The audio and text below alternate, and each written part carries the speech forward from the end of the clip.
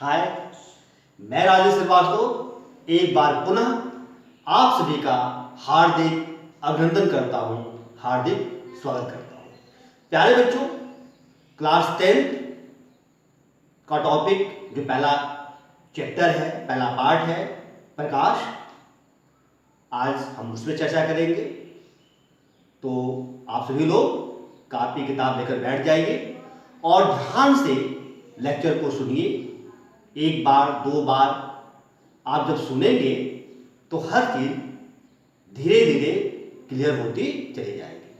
और जो आपको नहीं आता है बेहिचक आप कमेंट कर दीजिए और मैं कोशिश करूंगा कि इस वीडियो को इतना आसान बनाऊं कि हर एक के समझ में आ जाए। तो now we are going start light. प्रकाश, सबसे पहले हम ये जानने की कोशिश करेंगे कि what is the meaning of light. प्रकाश क्या है, लाइट क्या है? तो फर्स्ट वी डिफाइन लाइट। तो लाइट के बारे में जो छोटी कक्षाएं हैं 6th में, 7th में, 8th में हम लोगों ने क्या पढ़ा था प्यारे बच्चों? कोई बताए हमें? हाँ बोलिए, मैं सुन रहा हूं। बिल्कुल सही आपने जवाब दिया कि प्रकाश क्या है, उसकी सहायता से हमें वस्तुएं दिखाई देती हैं। मतलब क्या हो गया? In the presence of light we able to look anything. In the presence of light we see any object. छोटी कक्षाओं में हमने देखा था कि प्रकाश की उपस्थिति में हमें वस्तुएं दिखाई देती हैं। प्रकाश की उपस्थिति में हमें वस्तुएं दिखाई देती हैं। In the presence of light we look object. प्यारे बच्चों, बात सही भी है। रात हो, अंधेरा हो तो हमें कोई चीज दिखाई नहीं देती है। चलिए थोड़ा सा हम अपनी इस परिभाषा को और बेहतर बनाने की कोशिश करते हैं। तो फिर से देखिए कि प्रकाश में क्या है? प्रकाश एक प्रकार की ऊर्जा है। प्यारे बच्चों, प्रकाश में क्या करते हैं, क्या कह सकते हैं आप हैं कि light is a kind of energy. प्रकाश एक प्रकार की ऊर्जा है।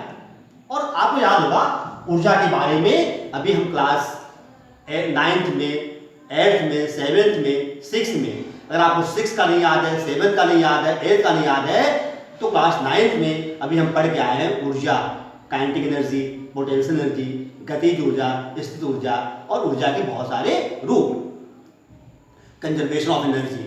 तो ऊर्जा के बारे में जानते हैं आप लोग हैं। मैं फिर से आपको याद दिलाता हूं, एनर्जी क्या है? Energy is ability to do work. कार्य करने की क्षमता को ऊर्जा कहते हैं। कार्य करने की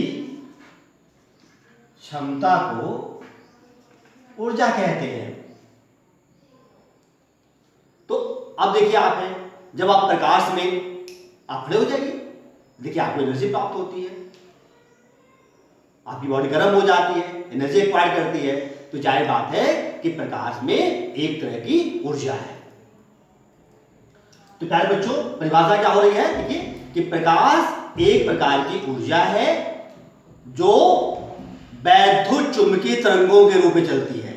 क्या देखा आपने कि प्रकाश कैसे चलता है? वैद्युत चुंबकीय तरंगों के रूप में चलता है। तो light is a kind of energy and it travel in the form of electromagnetic wave। तो क्या देखा? प्रकाश में ऊर्जा है। पहला देखा आपने कि प्रकाश में क्या है? ऊर्जा है। दूसरा क्या देखना? इसका जो संचरण है, ये जो ट्रैवल करता है वो कैसे करता है? वैद्युत चुंबकीय तरंगों के रूप में,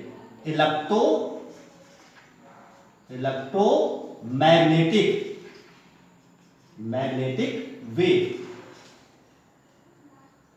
तो प्यारे बच्चों फिर देख लेते हैं कि प्रकाश एक प्रकार की ऊर्जा है जो वैद्युत चुंबकीय तरंगों के रूप में चलती है, और जब यह किसी वस्तु पर गिरती है तो वहां से टकराकर परावर्तित होकर हमारी रेटिना पे आती है, हमारी आंख पे आती है, हमारी रेटिना पे आती है, और हमारे रेटिना को एक्साइटेड करती है, उत्तेजित करती है, और वस्तुएं हमें दिखाई देती है।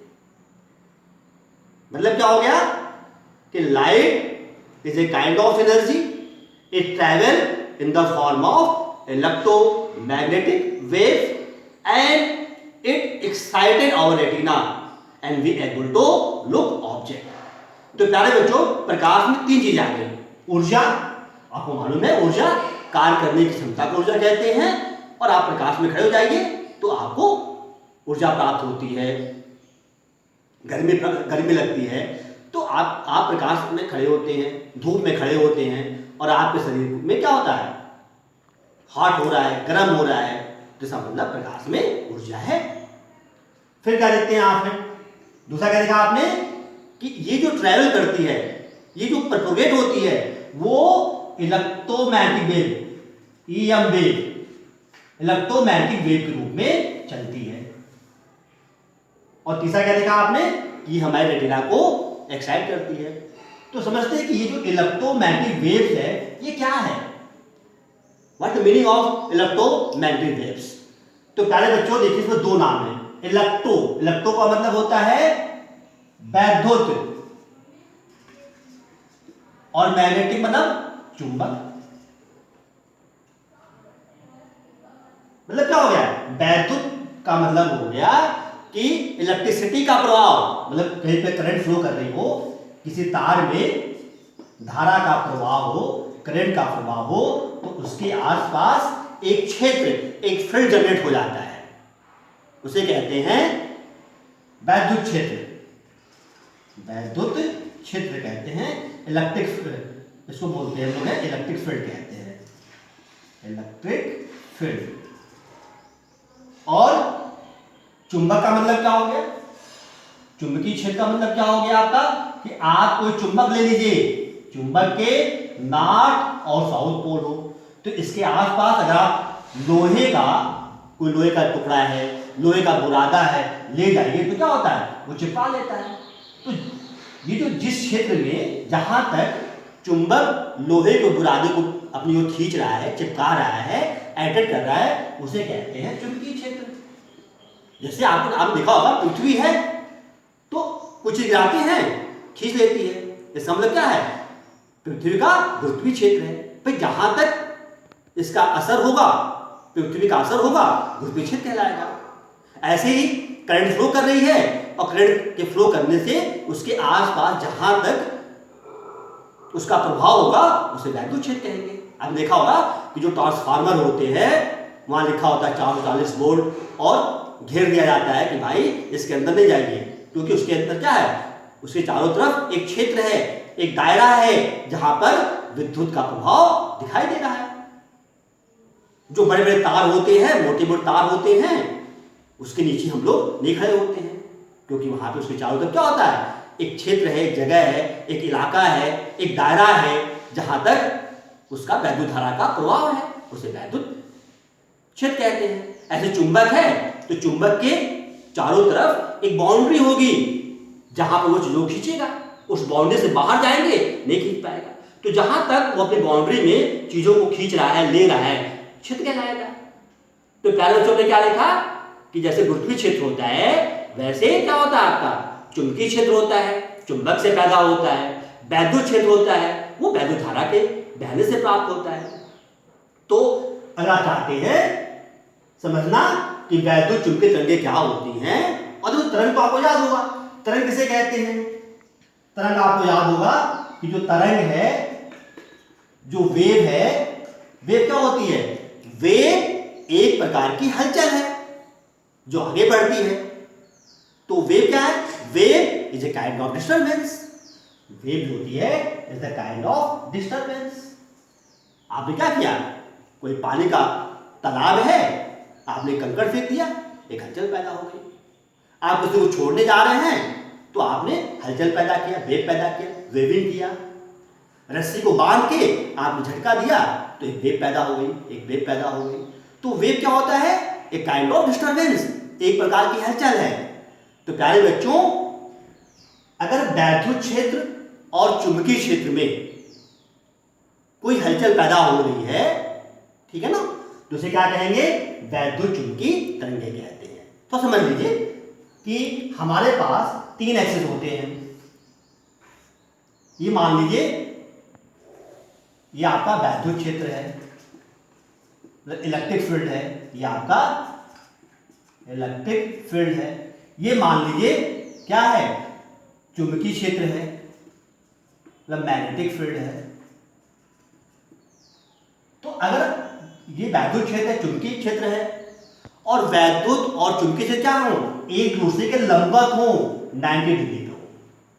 समझिए यहाँ पे कि जो इलेक्ट्रोमैग्नेटिक वेव्स है वो कैसे पैदा होती हैं, कहां से आती हैं। तो आपको मैग्नेटिक फील्ड लेना है जो मैग्नेट से पैदा होगा, आपको वैद्युत क्षेत्र लेना है, वैद्युत इलेक्ट्रिक फील्ड लेना है जो इलेक्ट्रिसिटी से पैदा होगा। ये दोनों फील्ड क्या हो, एक दूसरे के परपेंडिकुलर हो, एक दूसरे से 90 डिग्री पर हो, लंबवत हो। और इसमें क्या हो, कोई भी चार्ज पार्टिकल, कोई माइक्रो चार्ज पार्टिकल, बहुत स्मॉल चार्ज पार्टिकल मूव करे तो इसके मूवमेंट से एक हलचल पैदा होगी। और ये जो हलचल है, ये जो डिस्टर्बेंस है, इसी को इलेक्ट्रोमैग्नेटिक वेव्स कहते हैं। और ये हलचल तीसरे एक्सिस पर, मतलब वैद्युत क्षेत्र, चुंबकीय क्षेत्र, इन तीनों के लंबवत यहां पर पैदा होगी। तो ये आपका क्या है, इलेक्ट्रोमैग्नेटिक वेव्स है। तो प्यारे बच्चों, आपने क्या देखा कि प्रकाश क्या है, प्रकाश एक प्रकार की ऊर्जा है। ऊर्जा जानते हैं, एबिलिटी टू वर्क। तो प्रकाश एक प्रकार की ऊर्जा है जिसका संचरण, जिसका जो माध्यम में आगे बढ़ती है, जिसका संचरण होता है, जिसका प्रोपगेशन होता है, वो इलेक्ट्रोमैग्नेटिक वेव के रूप में होता है। और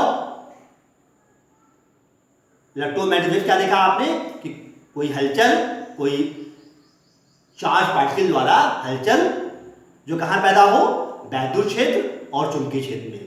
तो ए disturbance which arise in the mutual perpendicular field of electric field and magnetic field। और तीसरा क्या देखा आपने कि भैया जो ये ऊर्जा है, संचरण, इसका जो प्रोपगेशन है वो ईएमएफ वेव होती है, वैद्युत चुंबकीय तरंग रूप में होता है। और ये क्या करता है, हमारी रेटिना को सेंसेशन देता है। जब प्रकाश कहीं गिरता है तो वहां से टकराकर वापस आता है और हमारे रेटिना को, हमारी आई को एक्साइट करता है और चीजें हमें दिखाई देती हैं।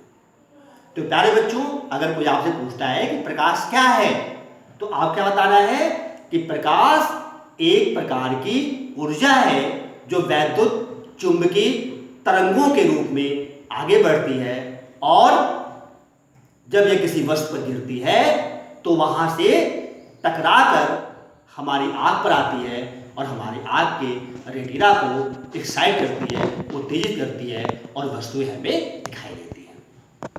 ठीक है, चलिए प्रकाश की हम लोग देखते हैं कि जो है प्रॉपर्टी क्या है। तो प्रॉपर्टी ऑफ लाइट।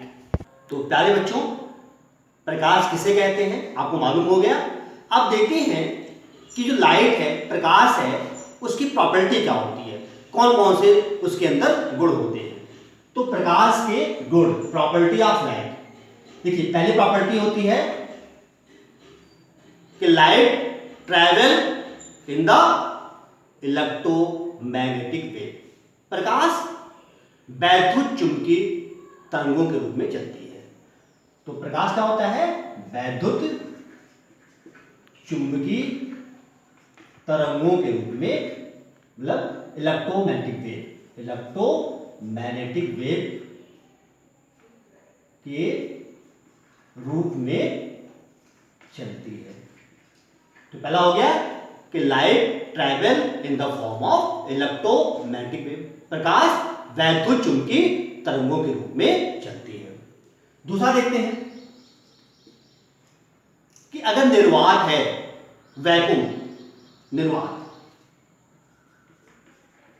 देखिए निर्वात का मतलब कोई माध्यम ना हो, हवा, तो निर्वात में या हवा में भी, निर्वात या हवा, वायु में, तो निर्वात जैसे मान लीजिए कांच है, तो कांच में चल रहा एक माध्यम हो गया, कांच पानी में चलता माध्यम हो गया, तो ऐसा नहीं हो कोई माध्यम ना हो या केवल हवा हो, तो प्रकाश की चाल होती है वो 3 ×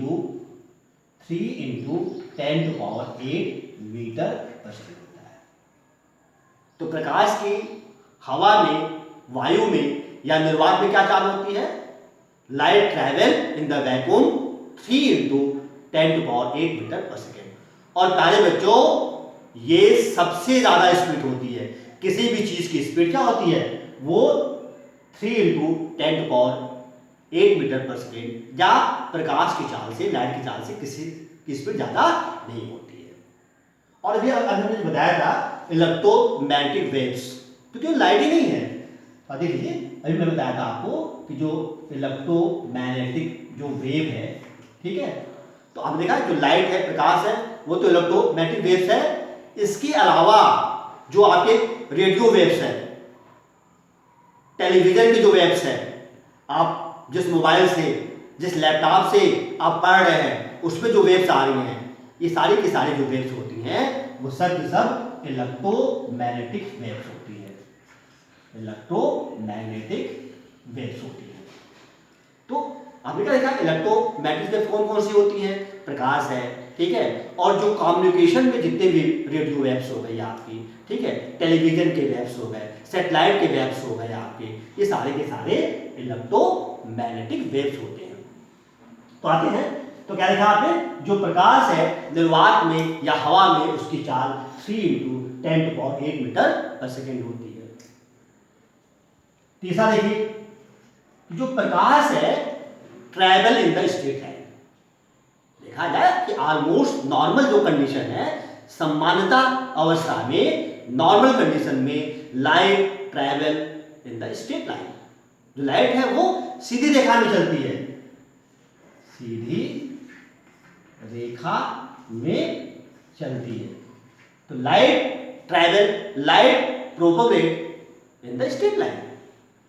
और प्यारे बच्चों, आपको याद होगा पिछली कक्षाओं में हम लोगों ने एक प्रयोग किया था कि प्रकाश जो सीधी रेखा चलता है, दप्ती के 3 हमने वो लिए थे, याद कीजिए, ये आपके दप्ती के, ये देखो दप्ती के में हम लोगों ने क्या किया था, ऐसे छेद किया था, ऐसे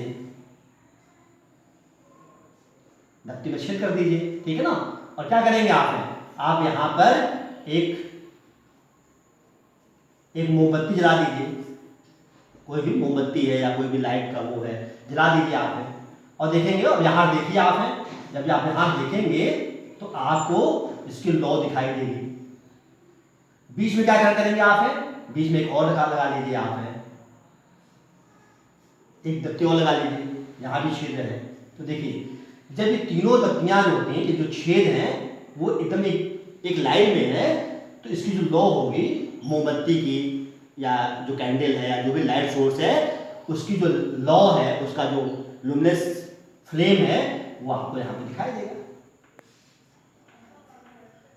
अब आप क्या कीजिए, आप इसमें एक को डिस्टर्ब कर दीजिए, जो बीच वाला है उसको ऊपर या नीचे कर दीजिए। अगर आप इसको ऊपर नीचे कर दिया और ये जो यहाँ आ गया, देखिए अब देखेंगे आप कि यहाँ पर कुछ नहीं दिखाई देगा। इसका मतलब क्या हो गया कि लाइट जो होता है travel in the straight line, ठीक है ना। भाई आपने रखा इस तरह से, ऐसे रखा आपने, दिख रहा है, और बीच वाले को आपने हटा दिया आपने, तो अब लाइट क्या होती है, टेढ़े मेढ़े चलती, तो यहां से होकर ऐसे होकर ऐसे होकर और इस छेद से होकर फिर यहां पहुंच जाती है हमारे पास। तो इसका मतलब क्या हो गया कि light travel in the straight line. सूरज का गर्मी है, आपने छाता लगा दिया, तो छाता लगाने से क्या हो गया, आपने जब अम्ब्रेला लगा दिया, छाता लगा दिया, तो क्या हो गया आपका भाई, छाता लगाने से क्या हो गया, आपने छाता लगा दिया तो क्या हो गया, लाइट है, सन का लाइट है, जो सन की रोशनी है वो रुक गई, अंदर नहीं आ रही है।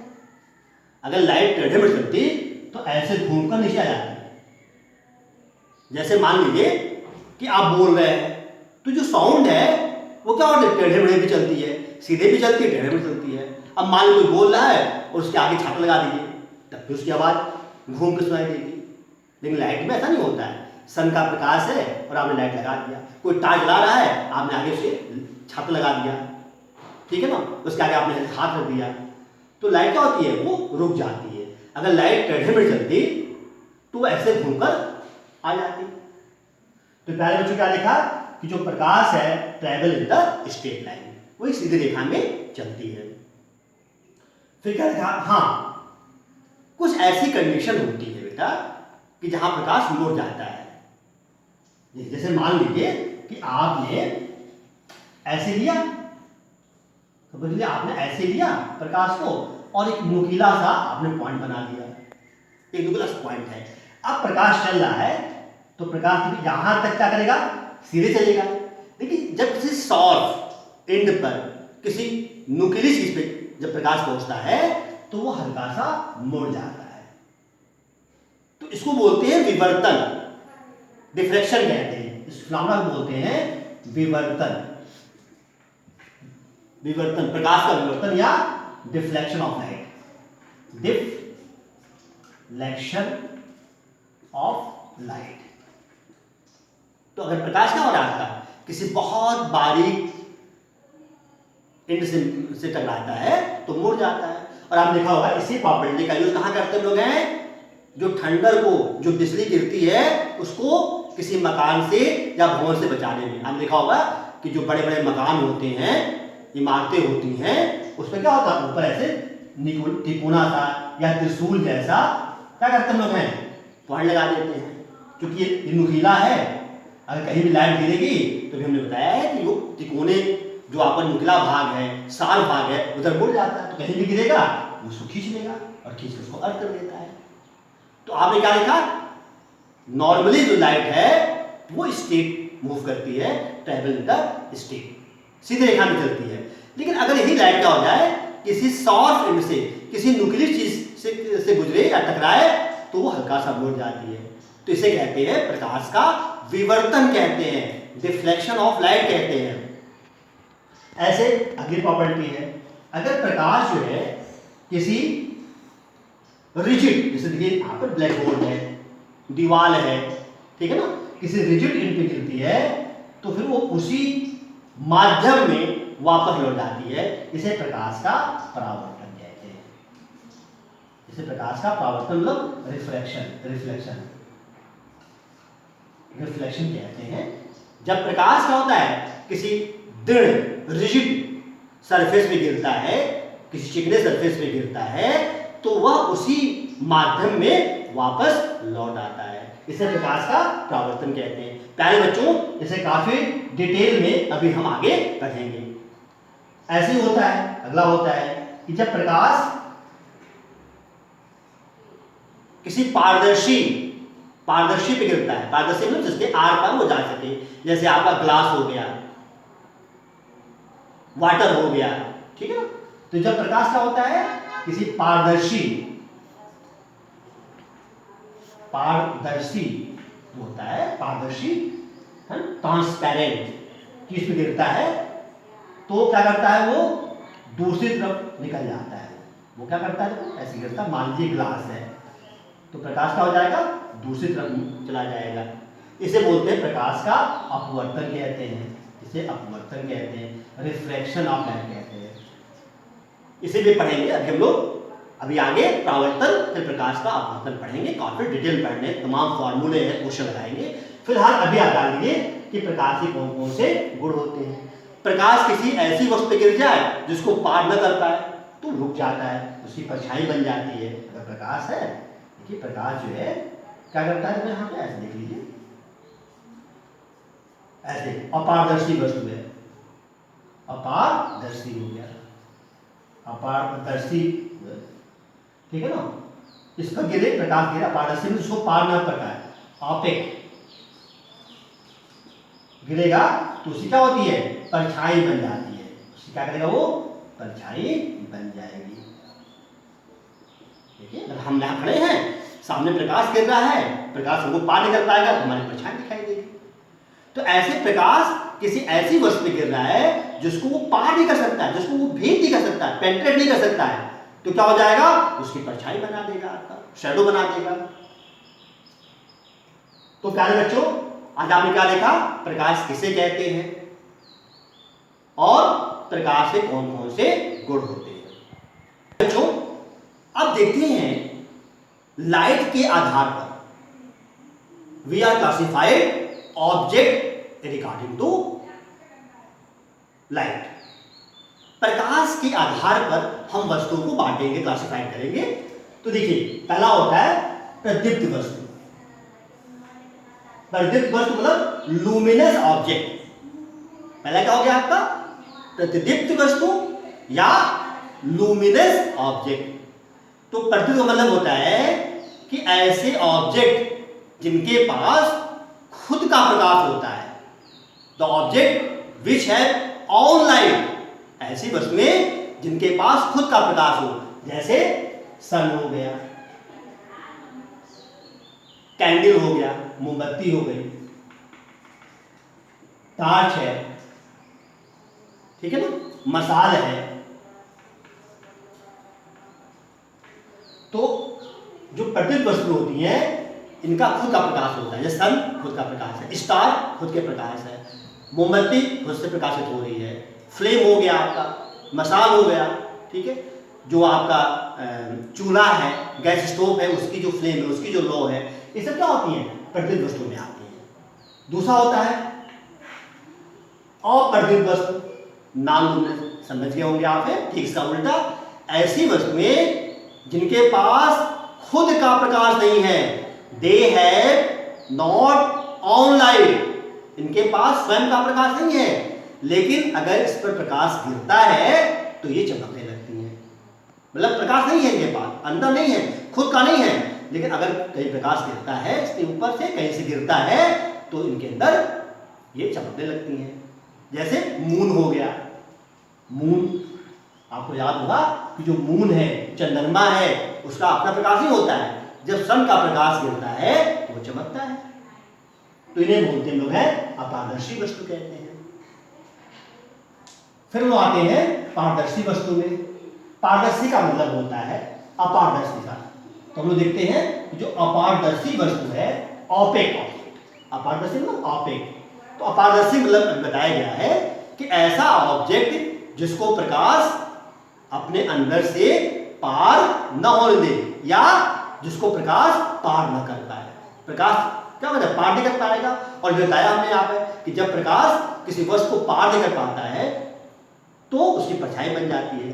तो ये अपारदर्शी वस्तु मतलब जिसको प्रकाश पार न कर पाए। जैसे लोहा है, लकड़ी है, लोहा है, लकड़ी है वगैरह। पारदर्शी का मतलब क्या हो गया? ट्रांसपेरेंट। जो ट्रांसपेरेंट है उसमें क्या होता है कि प्रकाश आर पार निकल जाता है, पार कर जाता है। जैसे ग्लास हो गया, ग्लास है, आपका वाटर है।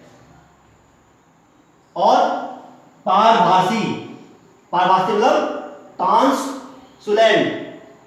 जो ट्रांसलुसेंट ऑब्जेक्ट होते हैं, जो पारभासी होते हैं, जो ट्रांसलुसेंट होते हैं, उनमें क्या होता है? 50-50 भैया, ब्रिटानिया 50-50। मतलब क्या हो गया कि इसमें क्या होता है? देखिए जो पारदर्शी है इसमें प्रकाश 100% पार निकल जाएगा। जो अपारदर्शी है उसमें 0%। और जो ट्रांसलेंट है, जो पारभासी है, उसमें प्रकाश थोड़ा बहुत प्रकाश बाहर निकल जाता है। मतलब इन दोनों के बीच का, जैसे मान लीजिए कोई कागज है, उसमें आपने आयल लगा दिया, तेल लगा हुआ कागज हो गया, है ना, आयली पेपर। आयली जो होता है पेपर हो गया आपका, है ना, तेल लगा कागज हो गया। इसमें क्या होगा? प्रकाश थोड़ी बहुत मात्रा में। देखिए कभी क्या होता है ना, कुछ ऐसे ग्लास होते हैं जिसमें से हल्का हल्का सा शैडो जैसा दिखाई देता है, तो इसी में आएंगे। एक ग्लास ट्रांसपेरेंट होता है, इसके आप पर देख लेते हैं हम लोग हैं। और एक ऐसा होता है जो क्या होता है? ट्रांसपेरेंट होता है, अपारदर्शी होता है, पारभासी होता है, हल्का हल्का दिखाई देता है। तो जिसके अंदर प्रकाश क्या होता है, थोड़ी बहुत मात्रा में बाहर निकल जाता है। तो प्यारे बच्चों, आज ये इंट्रोडक्शन वीडियो था।